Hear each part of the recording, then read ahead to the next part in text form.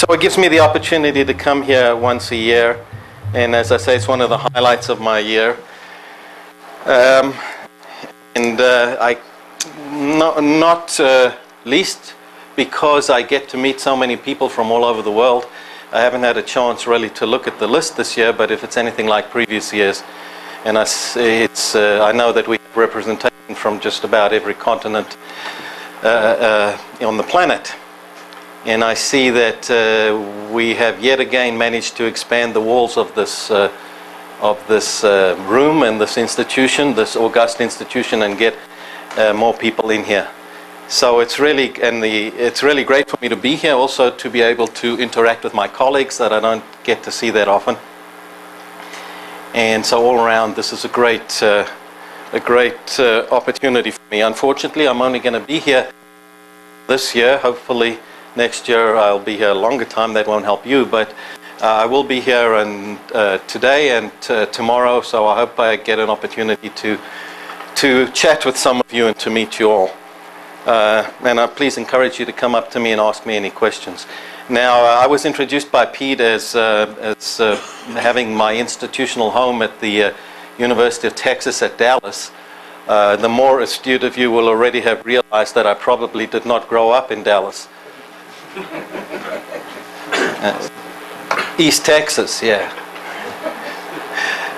No, the truth of the matter is that I was born in Johannesburg, South Africa, and I lived there until I was 23. And then I went to the University of Chicago, where I stayed for 3.5 years. Went back to South Africa just in time for the major upheavals of that interesting place. And left again, came to Dallas in 1979. So I actually have lived most of my life in Dallas, Texas. But I guess accent is one of those things that we might put under the list of specific human capital. Once you have it, you don't seem to lose it. But we have many accents in this room, so I hope you'll be able to follow everything that I say. If there's a word that escapes you, then raise your hand and I will spell it out for you.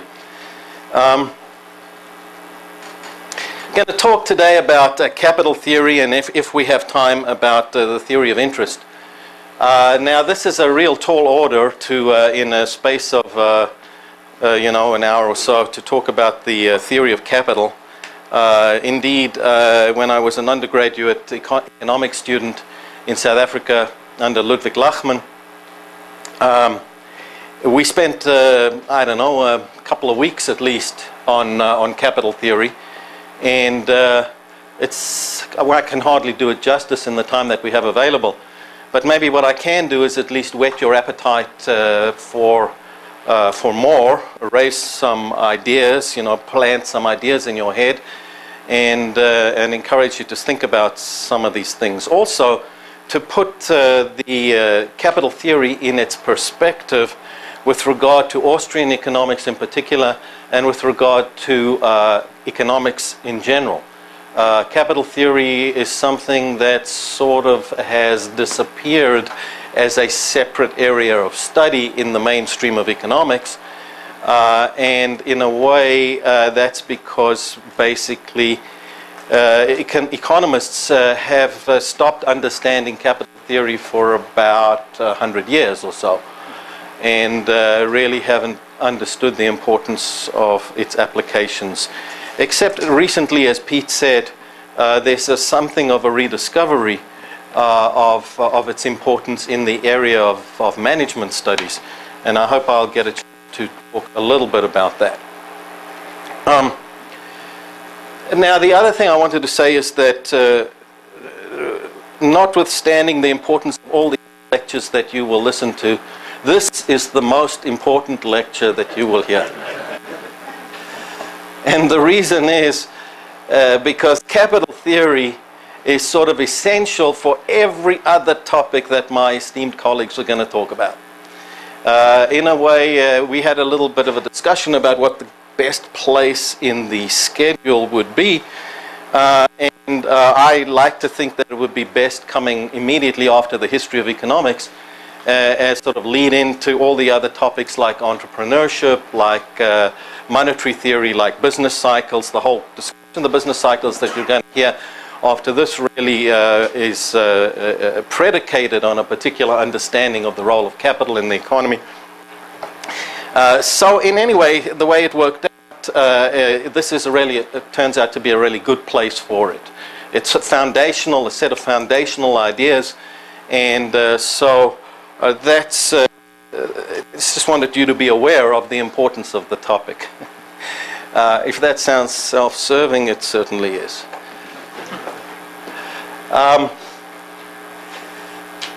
The PowerPoint slides that I'm going to use for this lecture are available on my website, and also I think they're recording this and also will make the files available to you, but feel free to email me if you need anything. When you get this file, you can use these links, which will give you some other articles, some of my own and some other articles that you may find useful.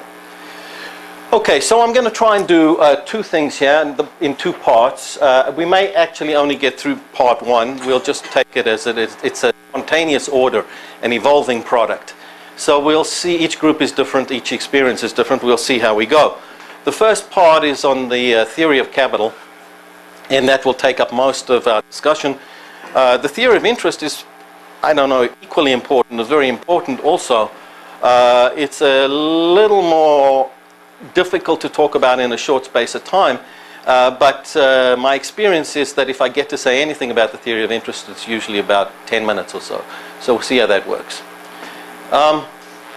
Now, this is the sort of short picture of it. I suppose there are at least two ways that you can approach capital theory.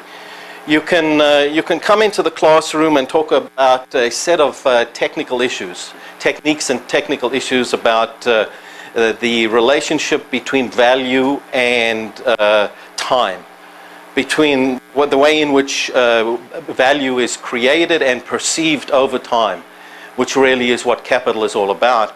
And you can talk about how that gives rise to the idea of capital.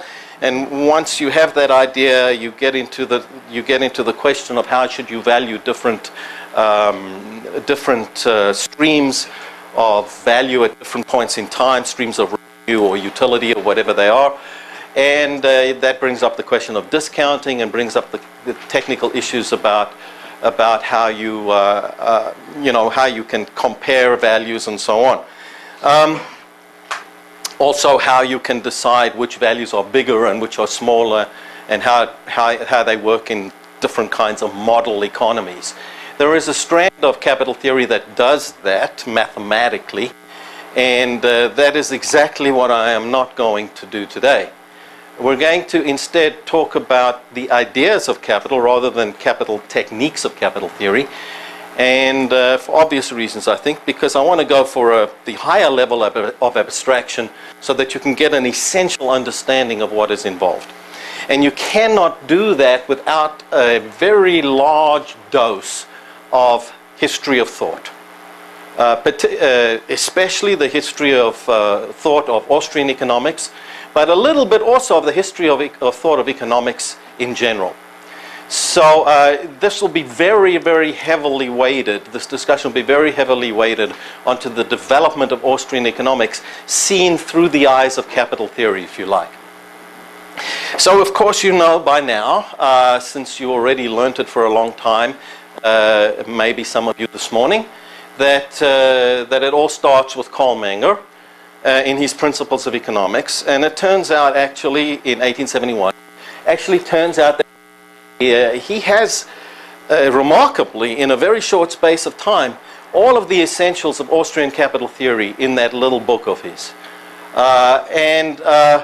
You know, I've made something of a mini career sort of going back and trying to spell out through some of his interpreters, other interpreters, what are the implications of Mengerian capital theory.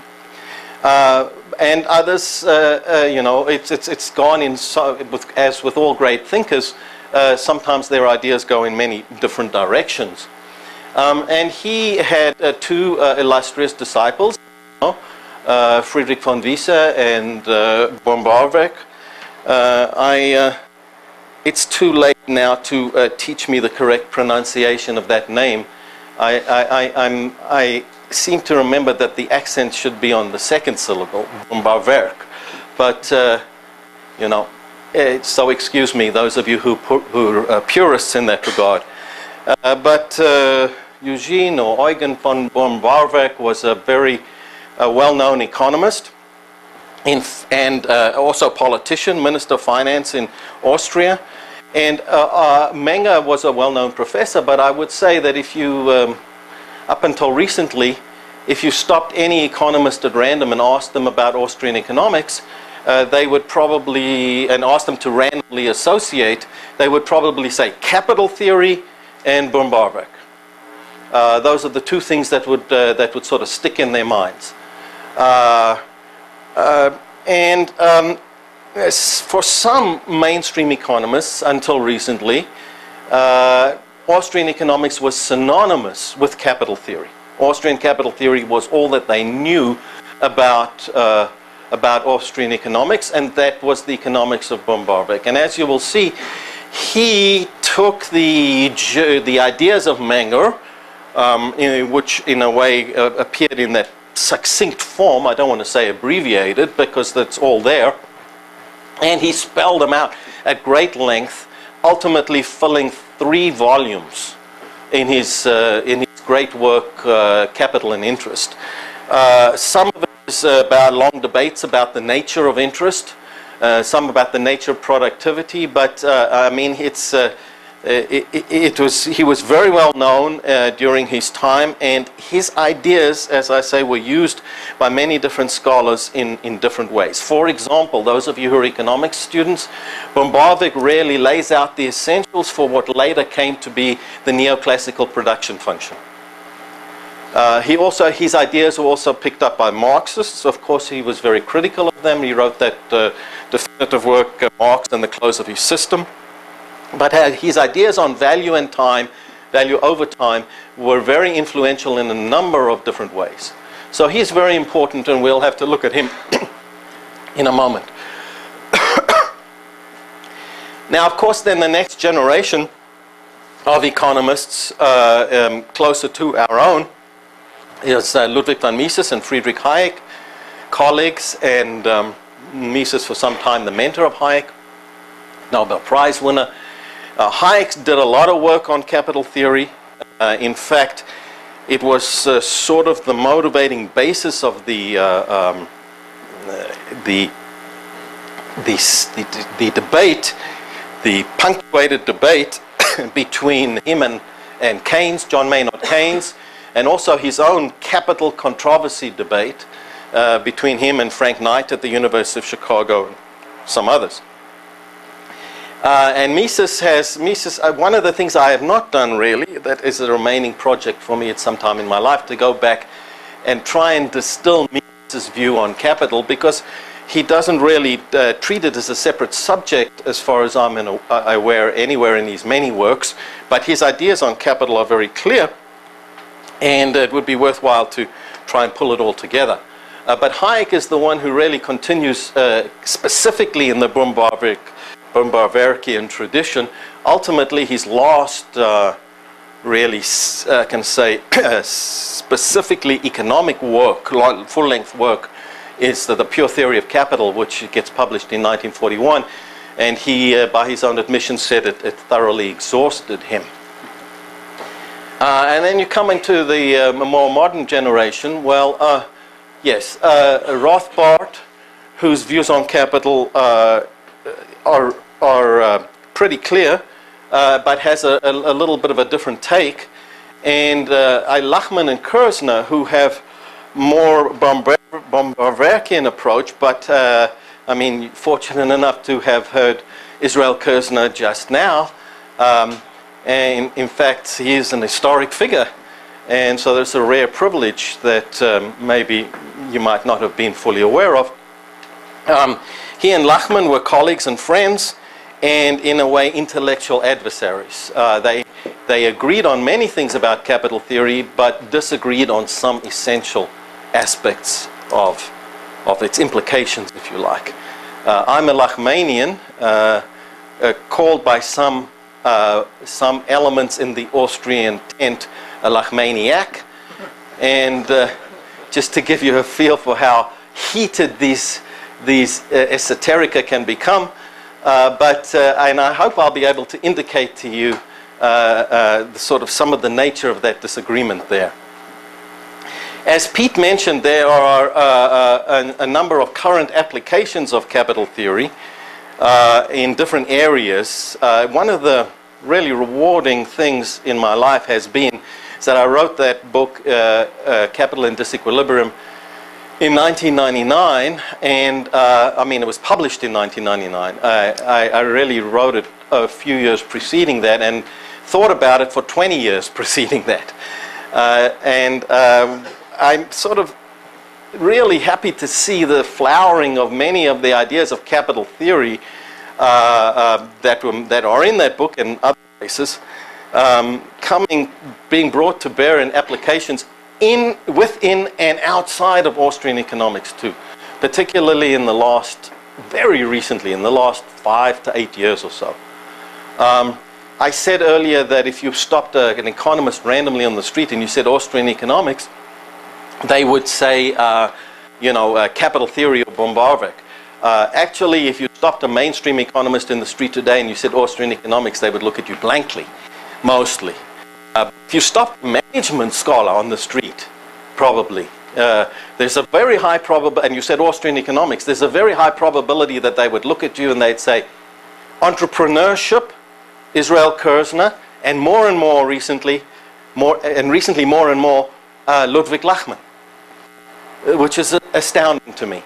But you can pick up the journals I'm talking about are like Small Business Economics, Strategic Entrepreneurship Journal, Strategic Organization, Organization Studies. All of these areas now have these amazingly ubiquitous sites of Kirzner and Lachmann and people working in that area.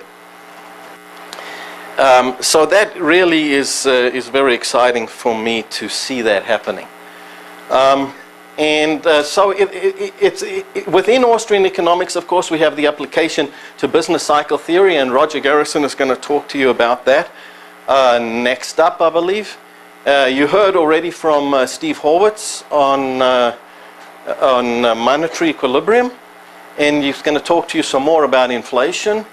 All of this capital theory is important. And I just talked a little bit about management, and of course in every other field it's important.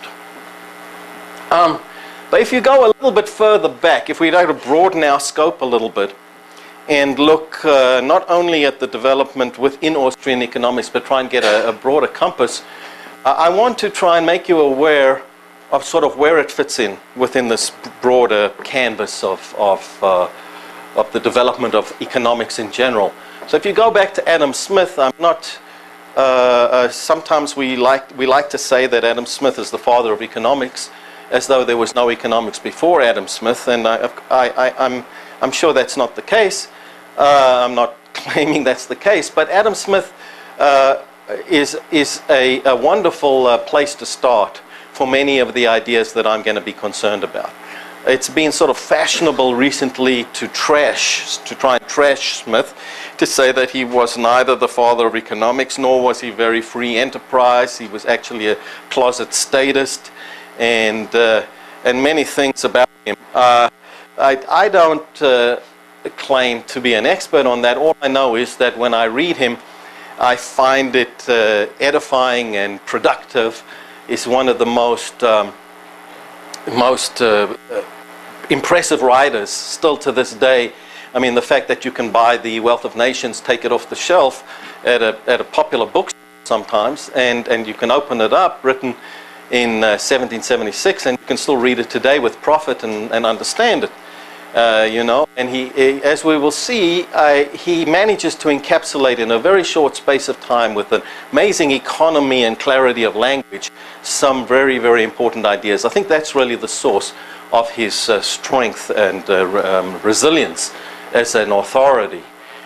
So I want to begin considering some ideas with Adam Smith and show you how this leads directly. Is there a pointer on this thing?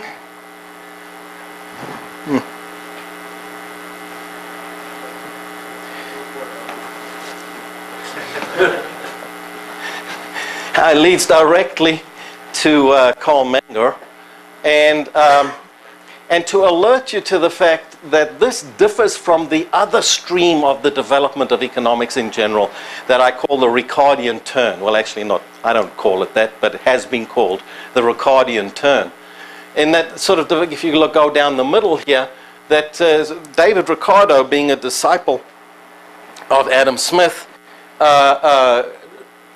affirmed his ideas about the importance of free trade, but in many ways departed from his basic message. And I think it's very important to understand that. There's sort of a fundamental difference between a Smithian way of looking at the world and a Ricardian way of looking at the world. So Adam Smith wrote this book, An Inquiry into the Nature and Causes of the Wealth of Nations. In effect, the whole book is designed to answer a single question. What is that question? An inquiry into the nature and causes of the wealth of nations. What's the question? Yeah, what makes you rich, right? How come some people, nations, are wealthy and some are not? And what's the answer that he gives? The division of labor and, yeah, savings, basically. Kind of division of labor is a fundamental answer, but in order to provide the wherewithal for this labor so divided to work, you have to have resources freed up from where they might otherwise be used, and the only way that happens is through savings. But Adam Smith also has in his in the book, he has, you know, multiple references to sort of the dynamics of this system. We're going to see that in some detail in a minute. So when he talks about the division of labor, he gives what? 3 reasons for productivity, why the division of labor is more productive than, why it leads to an increase in productivity. Just realize this also when we think about management. The division of labor is really an organizing principle, isn't it? What you're basically doing is you're thinking about how to organize production. And who organizes production? The manager, supposedly. So there's sort of already there you see some implications between the sort of the extraction organization of the production process. In neoclassical economics, this is just a black box. It just happens somehow, or beyond the scope of economics. The 3 reasons are, he says that you don't have to waste time moving from a job to another. You don't have to duplicate the equipment if you have to do multiple steps, and everybody's doing multiple steps in a production process, then everybody has to have the necessary equipment to perform all those steps. However, if each one is specialized, then they can economize on that equipment. And the third, and perhaps most important idea, he says, that most of the ideas that have resulted in improvements in technology, technique and technology, are those that come from somebody working on a specific job over and over again as they learn how to do it better. And he has that wonderful example of the kid in the steam engine, and how he just hooks up a string onto a spring which performs the labor that he was doing, and then he could go and play with his friends. So already in Smith we have this idea sort of capital accumulation being intrinsically inextricably linked with technological change. It's a dynamic world. Smith's world is a dynamic world. It's a world in which there is new knowledge coming, techniques and methods are changing, and a division of labor is not simply dividing up people to do what is already known in a more efficient way. There is that part of it, but it's more than that. By the time you get to Ricardo, he's asking a different question. His question is, here, you have to understand, Ricardo is in England about 30 years after, writing about 30 years after Smith, who was up there in Scotland. We'll see in a minute, Smith's world is not industrialized, really. Ricardo's sitting there in the middle of the Industrial Revolution, and he's thinking about this new world and what are the principles that govern, what are the economic principles that govern this world? What are the laws of motion by which we can understand this? And so he shifts his gaze from sort of an explanation of what makes people rich to trying to explain the laws of motion of an economy, in particular the laws of distribution. England is threatened by France, has to fight a war, a blockade that is going to cause problems in the procurement of necessary food and other things like this. So he's wondering, over time, how does this all play out? And so he thinks of the world. It's amazing that where the seeds of ideas, you know, as I go through this, I don't know whether it's just the impression that one has, but I'm fortified in my belief that ideas matter and matter so much. Because like in University of Chicago tradition, George Stigler was wont to suggest that maybe ideas didn't matter at all. It's just that the ideas are always there waiting to surface, and it's just the circumstances around us that somehow select for the ideas when their time is right. Ironically, a kind of a determinism, almost historicism. I obviously don't go with that. It seems to me that when you look back and we associate personalities, people, really, with in the history of ideas at certain place at a certain time, and it's those ideas, some of them that catch on, others that go by the way, and who knows why, but those ideas have manifold implications all the way down through the generations. So this David Ricardo really starts thinking of the world in terms of the economic world in terms of three categories of people. Right? On the one hand, we have these right at the bottom of the pyramid. We have these new class. That idea comes in class. This new class of people that we call workers, and the workers are what laws determine what they earn? Well, basically, it's the laws of biology, together with the laws of economics. What do I mean exactly? The fact that human beings behave like rabbits, according to Thomas Malthus, his colleague. What's the notion? Well, they have babies up to the minimum of subsistence. They have babies up to the point of survival. So if the population, it's an endogenous population theory. So if the population tends to increase, then kids go to work earlier than in that world earlier than they do in this world. So in a short order, that increases the labor force, that decreases wages below the level of subsistence, below the level of survival. Few babies are able to survive as a result of wages falling, and that reduces population growth. So there's this homeostatic negative feedback mechanism that keeps population and wages imprisoned at the level of subsistence. All of this feeding into what Thomas Carlyle called the dismal science, right? And then we have the new class of capitalists, this new business class. These people are taking money and they're investing it. They're taking resources that they're investing in the production of value that yields them a profit. But there is very vigorous competition, and competition in short order pushes the rate of profit down to zero. Not profits, but the rate of profit down to zero. Because ultimately, the resources available for exploitation in the pursuit of profit are limited. Notice already how different this is from Smith, because he's not thinking about innovation. There is, to be sure, in Ricardo some references to technological change that he sort of says, well, this is something we cannot escape from unless by the introduction of new techniques, which he sort of pushes to one side. You know, it's not central to his ideas. And then the third class is the class of renters, or landlords, and these guys are the parasites of humanity, of course, because they just inherited the land, and now they just sit on it and they rent it out to whoever uses it. They don't really have to do anything. They just, and this is where if you like, the first or the second wrong turn comes in the Ricardian turn. I associate Ricard with making two crucial wrong turns. One is in the way that he thinks of value, and the other is the way, maybe a derivative of that, the way that he thinks of rent. But the Ricardian theory of rent is one of the elements in the toolbox that we use to torture students in neoclassical microeconomics. And the truth is, I think it's wrong.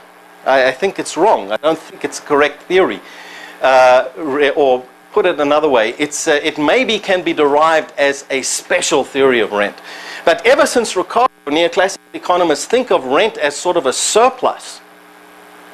They think of it sort of as something that's left over after you've distributed, you know, what was produced to everybody else. And they think of it as the only element of value, Ricardians do, the only element of value that is sort of determined by the demand for the product.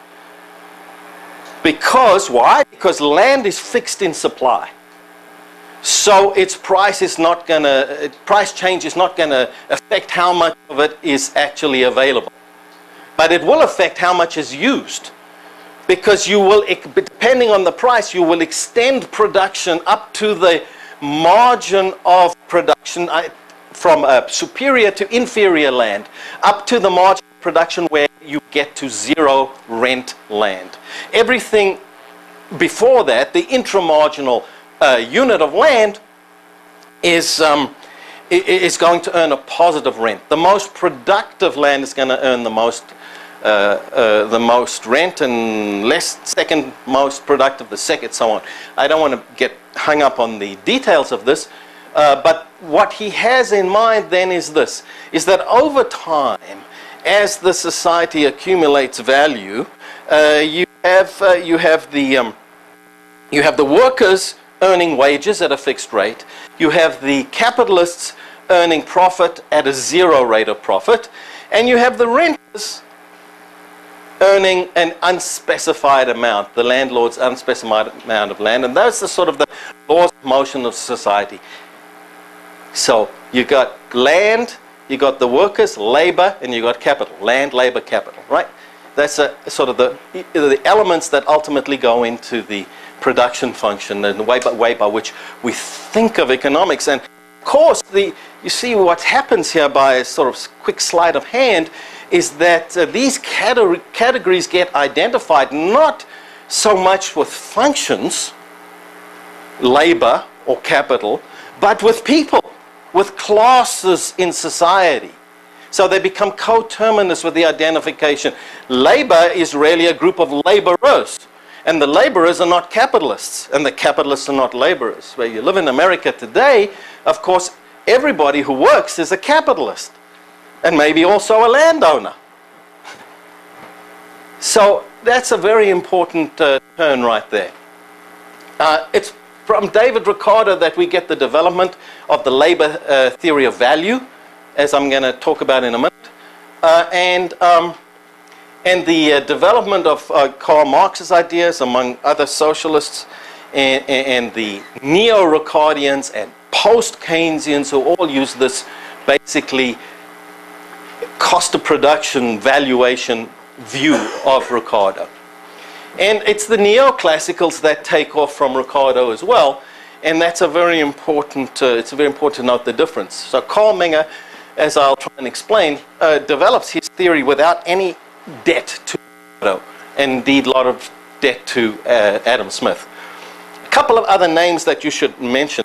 Just sorry, I didn't pay attention to. I started at 2:30 and I go till what time? 3:45. Okay, great, thank you. Yeah. Two other names that that we should take note of, important names. The first is John Hicks. I don't know, how many of you are economics students? Okay, so there are a lot who not. Of the economics students, how many of you have heard of Hicks? Oh, so most of you. Okay, good. I'm glad that they still use his ideas. Hicks is one of those rare thinkers that comes in any particular generation. There are only a handful of them. He is in a sense an economist's economist, but he's also very, very difficult to classify. He's truly a remarkable thinker, and his work spans a whole generation. That makes him interesting, but also what's also interesting is that he changes his mind. His ideas sort of develop as he goes through his career.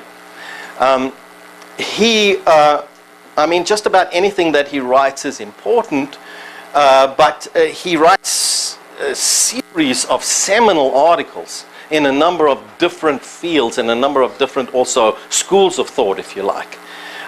He's into history of economics, he's into price theory, where of course he does fundamental work in the development of utility theory.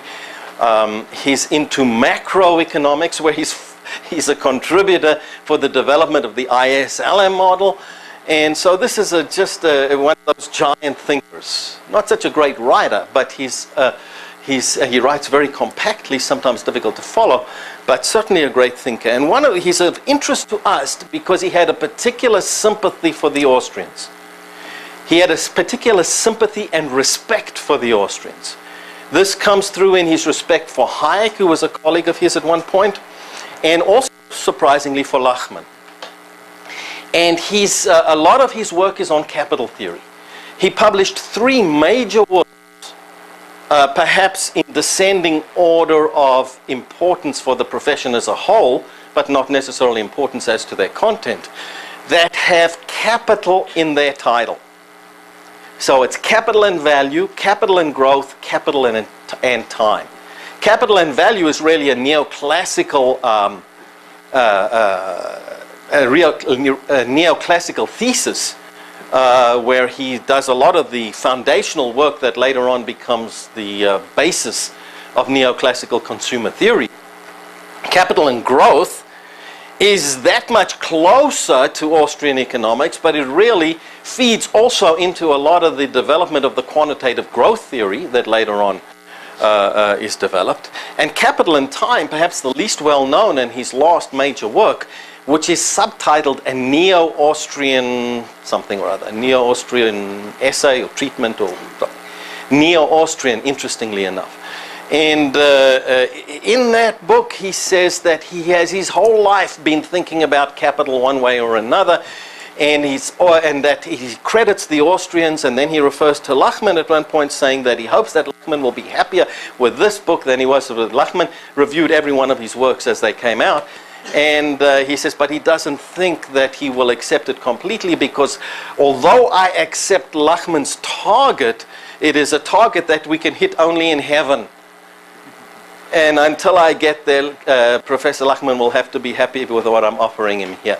But I think he's very important, because he has ideas that are about capital theory that are of interest to also. I wrote a short article on Hicks's capital theory called Variations on a Hicksian Theme, to try and show how his way of thinking is so penetrating. So he's the guy, by the way, who laid out this development. He's the guy who in his theory, this was also so interesting about Hicks, he talks about the development of capital theory, he talks about the Ricardian wrong turn. He takes Adam Smith and then he shows how different Ricardo is, and if you want to see this in a very simple mathematical model, you can go to my website and pick up one of those articles. The other guy I want to mention to you very quickly is Joseph Schumpeter. Schumpeter is a very important figure in the story, particularly when we come to management science. Notice, though, I have these broken lines rather than solid lines, because nobody's quite sure what to do with Schumpeter. Schumpeter was an Austrian economist, in the sense that he was Austrian and he was an economist, right? So that's the beauty of speaking to a different audience each year. You can that's recycling.